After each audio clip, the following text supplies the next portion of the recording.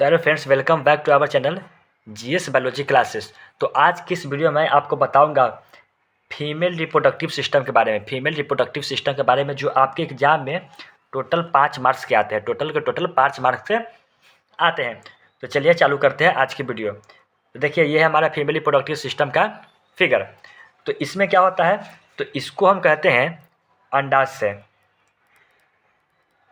इसको हम लोग क्या बोलते हैं, अंडाशय। ठीक है, अंडाशय।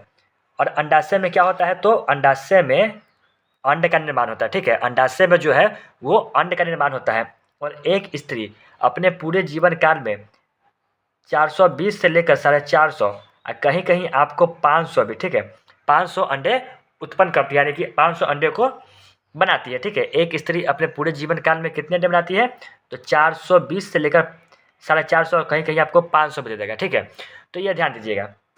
नेक्स्ट हम आगे की ओर बढ़ते हैं। तो यहाँ पे होता है फैलोपियन ट्यूब। फैलोपियन नलिका।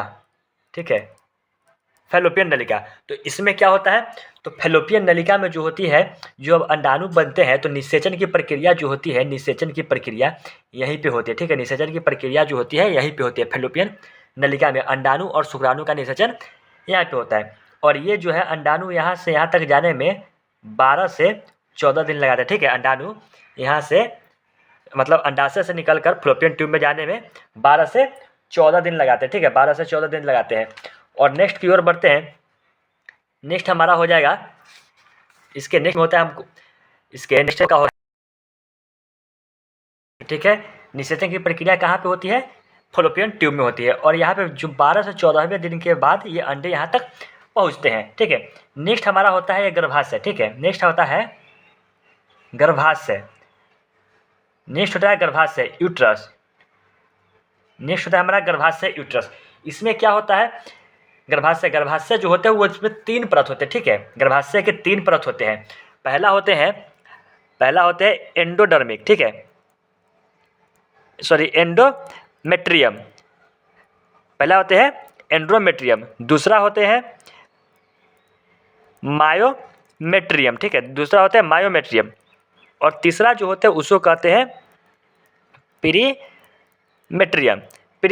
ठीक है, गर्भाशय के 3 भाग होते हैं, एंडोमेट्रियम। देखिए गर्भाशय के 3 भाग होते हैं, एंडोमेट्रियम, मायोमेट्रियम और प्रीमेट्रियम। इसमें क्या होता है, ठीक है, तो गर्भाशय जो होते हैं उसके 3 भाग होते हैं।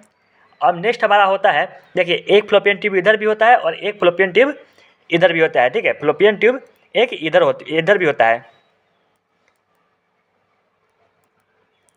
अब फैलोपियन ट्यूब में क्या होती है, तो निषेचन की प्रक्रिया होती है फैलोपियन ट्यूब में। ठीक है, निषेचन की प्रक्रिया जो होती है फैलोपियन ट्यूब में होती है। जैसे मान लीजिए यहाँ पे अंड हुआ, ठीक है, ये अंड है और यहाँ ये जो है, ये यहाँ तक आने में इसको 14 दिन में, 14 डे में ये फैलोपियन ट्यूब में आ जाते हैं। ठीक है, अंड जो होते हैं फैलोपियन ट्यूब में 14 दिन के बाद आ जाते हैं।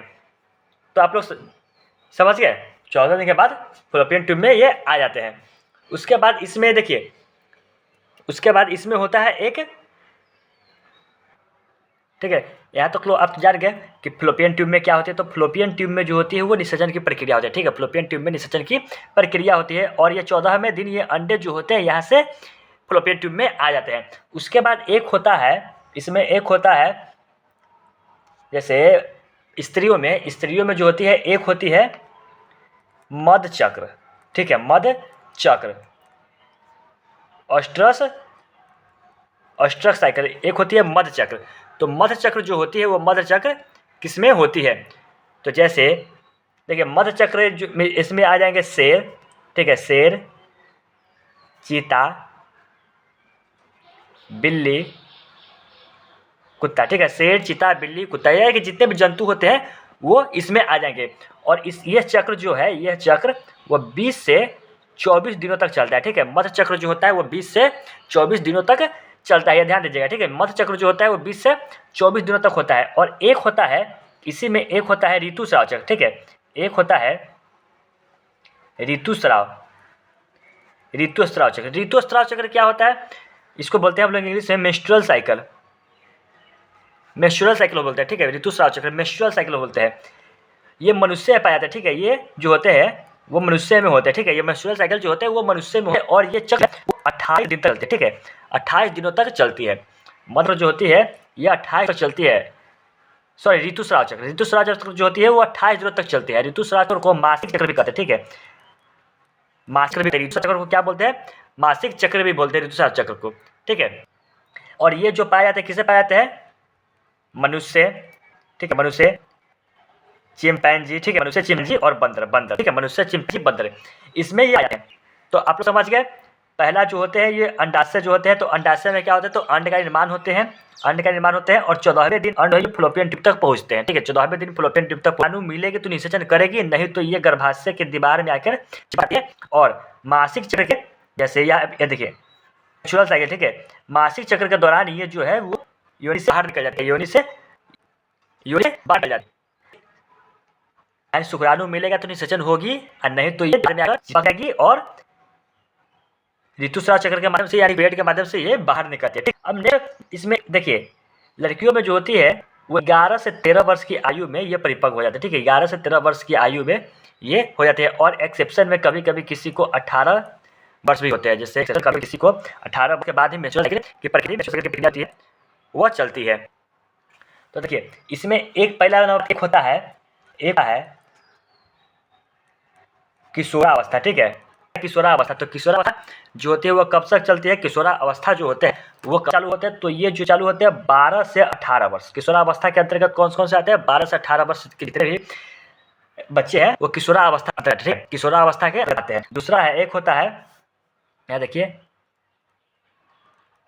पौध अवस्था, ठीक है। एक होता है पौध अवस्था। तो पौध अवस्था क्या होते हैं? तो ये होते हैं 18 से 40 वर्ष के आयु वाले व्यक्ति आते हैं, ठीक है। पौध अवस्था में 18 से 40 वर्ष के आयु वाले व्यक्ति आते हैं।